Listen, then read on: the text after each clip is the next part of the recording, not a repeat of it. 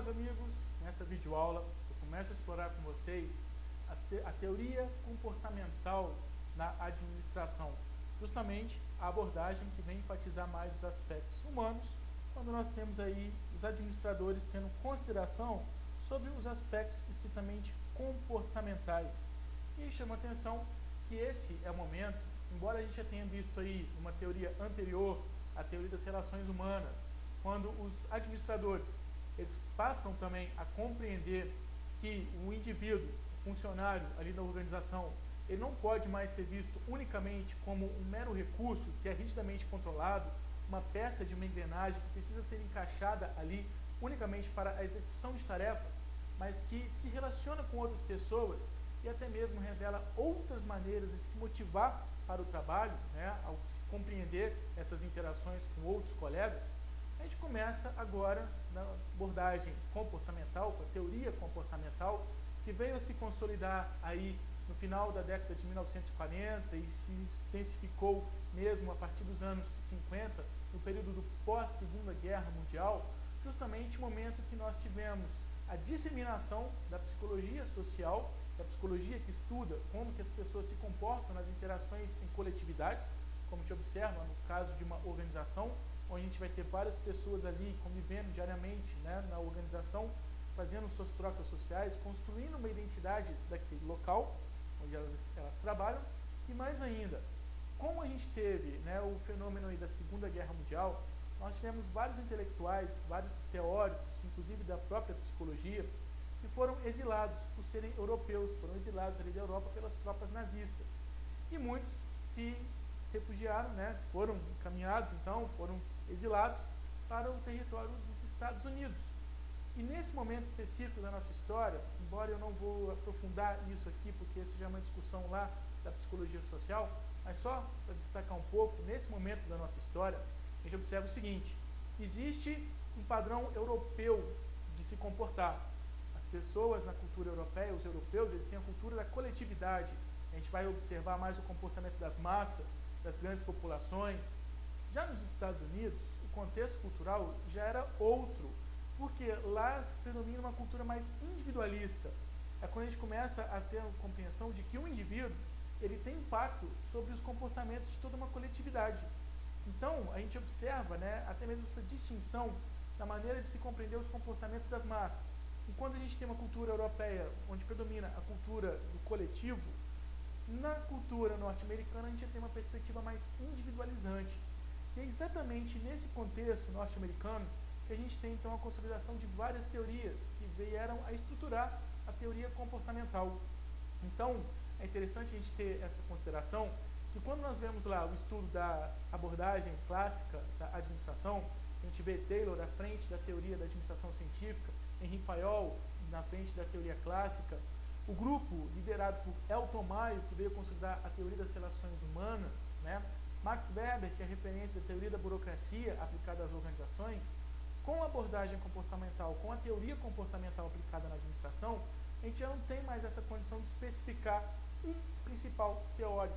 Nós temos um grupo de psicólogos, a maioria psicólogos, que vem lançar propostas que são devidamente aplicadas também para se compreender as dinâmicas humanas, as interações entre os funcionários na execução das suas tarefas e nos desempenhos ali coletivos que são vivenciados no contexto de toda e qualquer organização.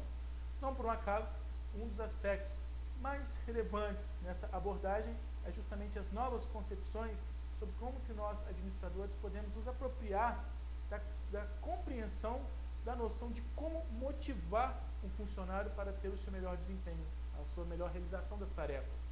E aí a gente tem várias teorias, justamente porque são vários teóricos, são vários psicólogos, cada um com a sua concepção, cada um com a sua proposta sobre como que nós, de fato, podemos nos perceber motivados ou como nós podemos até mesmo estimular outras pessoas, motivá-las a realizar determinadas tarefas, como é o caso de um gestor no seu desafio de coordenar ali toda a sua equipe no seu contexto de trabalho.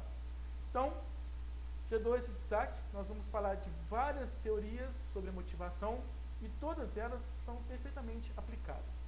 Mas a teoria comportamental, ela vem justamente se caracterizar por revelar novas maneiras, novos entendimentos, novas propostas sobre como motivar o operário para a execução das suas tarefas, como motivar não somente o operário, mas toda a classe trabalhadora, porque a gente teve o impacto dos sistemas sociais, desde o experimento de Hawthorne, conduzido lá pela equipe liderada por Elton Maio.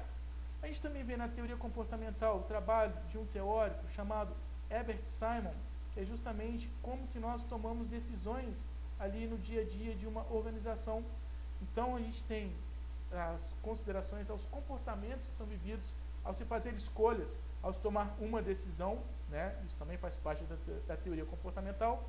E é também com base nessa teoria que a gente tem a consolidação de uma nova área do conhecimento, a área do comportamento organizacional, que é justamente aquela linha tênue entre o que a psicologia organizacional vem apresentar, né, a psicologia aplicada nas empresas, e também o que todo gestor de pessoas precisa compreender para não ficar apenas naquela visão técnica, né, de como que eu tenho que conduzir os meus processos de recrutamento e seleção, de treinamento e desenvolvimento de pessoas, mas eu preciso também dessa consideração para o lado humano.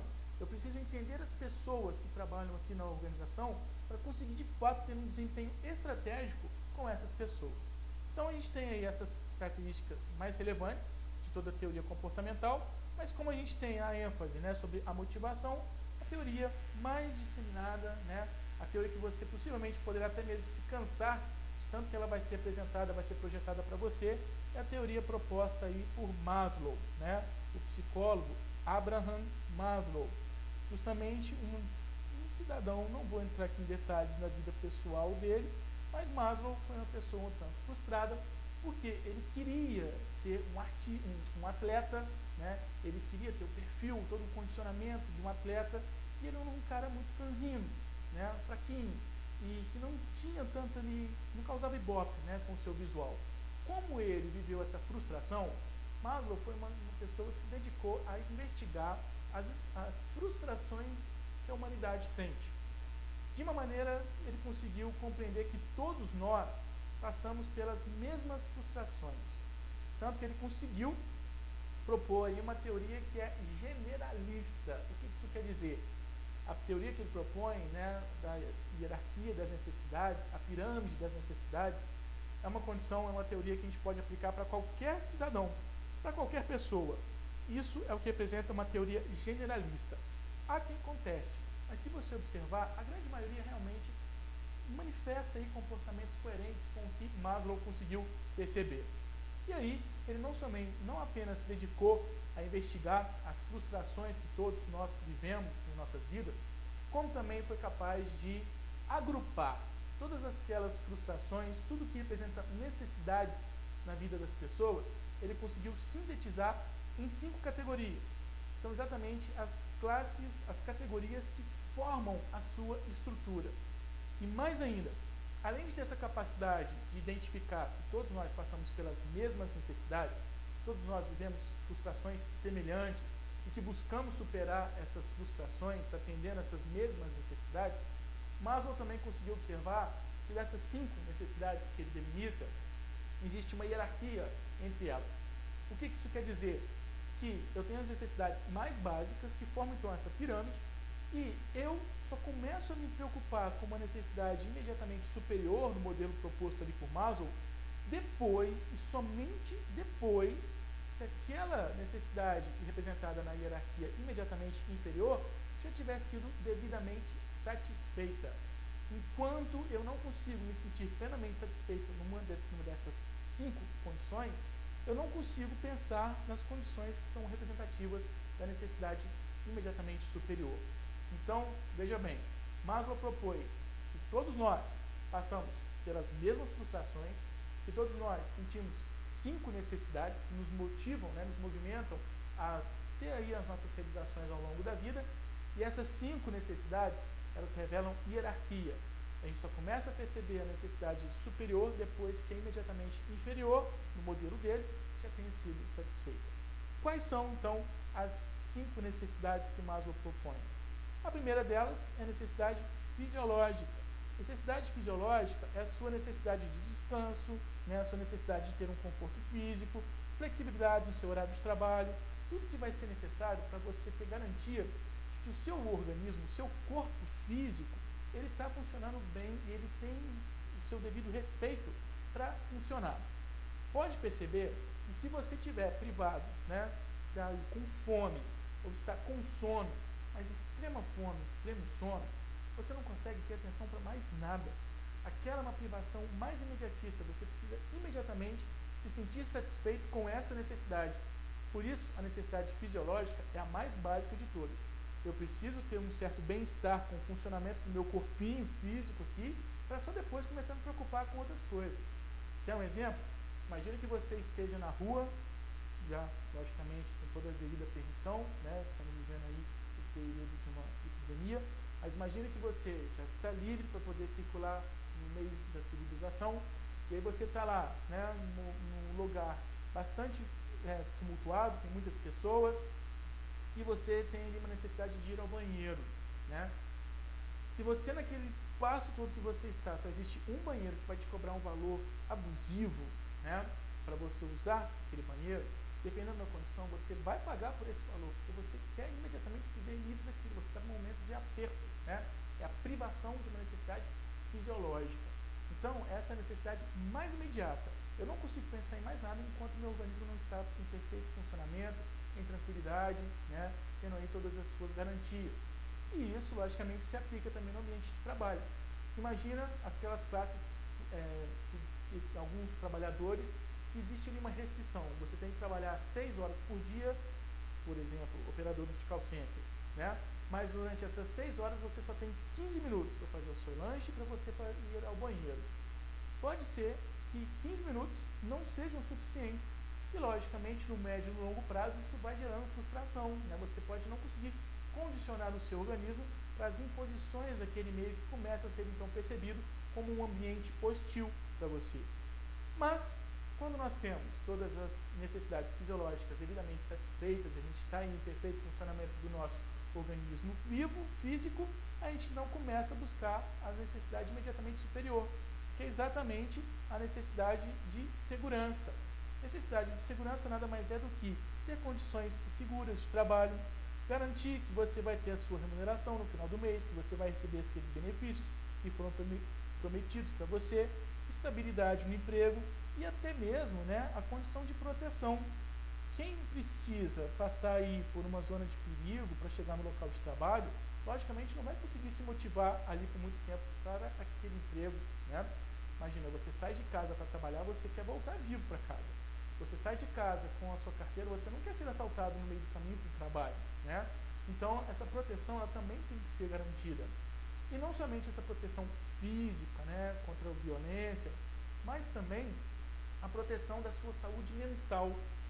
Quem, acredito que você conheça alguém, se não foi você mesmo a vítima nessa condição, espero que não, mas quem já viveu um momento de sofrer muito assédio moral no ambiente de trabalho, estava plenamente privado de necessidade de segurança.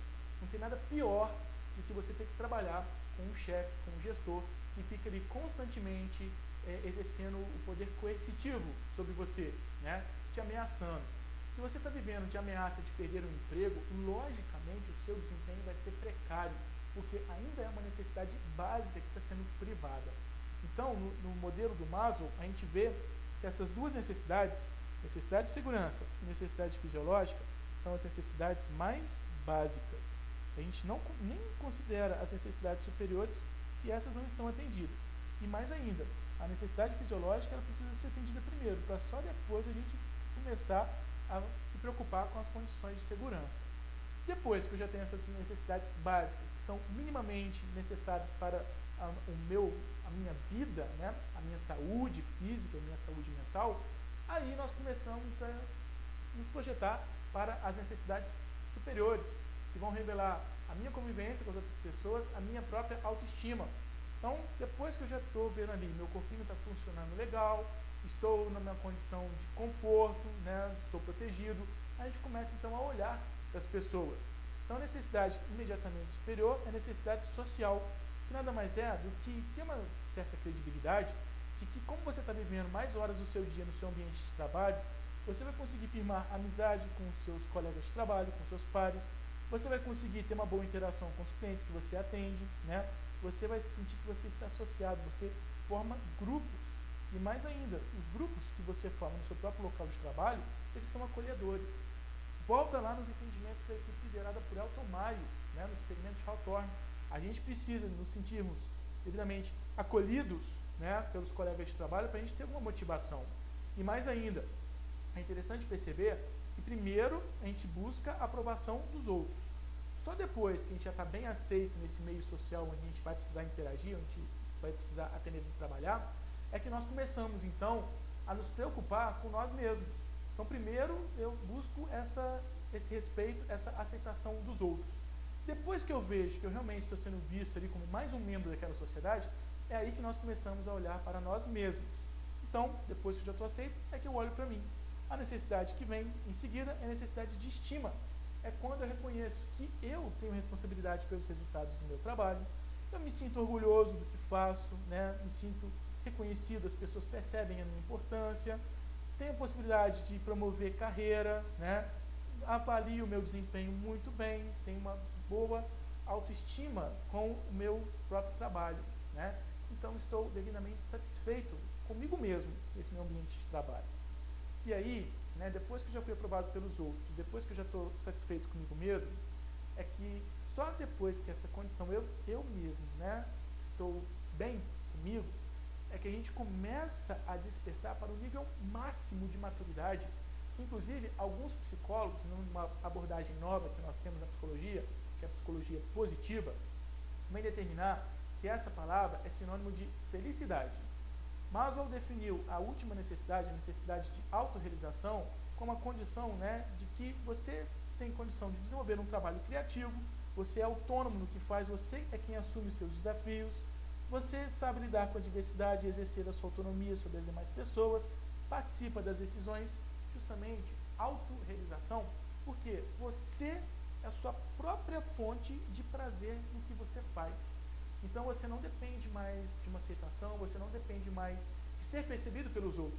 É o momento que você atinge o patamar da felicidade, né? Onde você reconhece que a fonte do seu prazer, quem de fato possa te conferir, né, esse sentimento de bem-estar, é você mesmo. E aí essas necessidades, justamente por considerarem relações humanas, interações com outras pessoas e até mesmo uma relação introspectiva, eu olhando para mim mesmo, eu me reconhecendo capaz de gerar meu próprio prazer, a gente classifica então essas necessidades como necessidades superiores.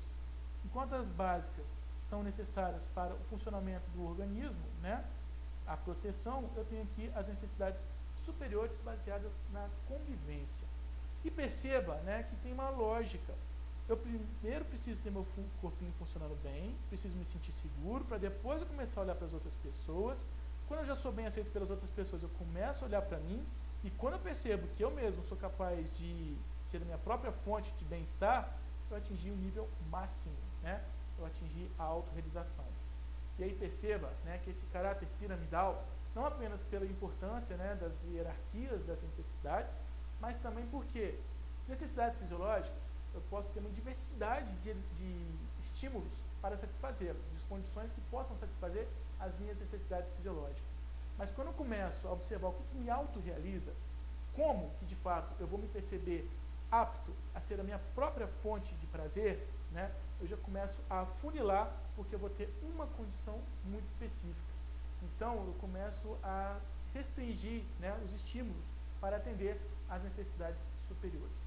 Mas o entendimento básico de Maslow, todos nós temos exatamente essa mesma progressão das necessidades, né, dessas hierarquias de necessidades, todos nós apresentamos os mesmos tipos de necessidades.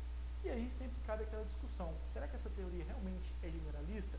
Será que não existem pessoas que estão dando muito mais prioridade para a autorrealização, para depois se preocupar com a aceitação pública, aceitação social? Cada caso vai ser um caso. Mas, apresentando como uma simples teoria, né, essa é uma teoria generalista e é uma das mais difundidas quando nós falamos aí da motivação para o trabalho. Eu espero que essa primeira teoria tenha ficado clara. Existem ainda outras teorias sobre a motivação, né, de acordo com a abordagem comportamental na administração. Mas como eu já estou aqui num vídeo de quase 20 minutos, eu vou deixar para apresentar essas teorias da motivação num outro vídeo, numa outra aula. Muito obrigado pela atenção.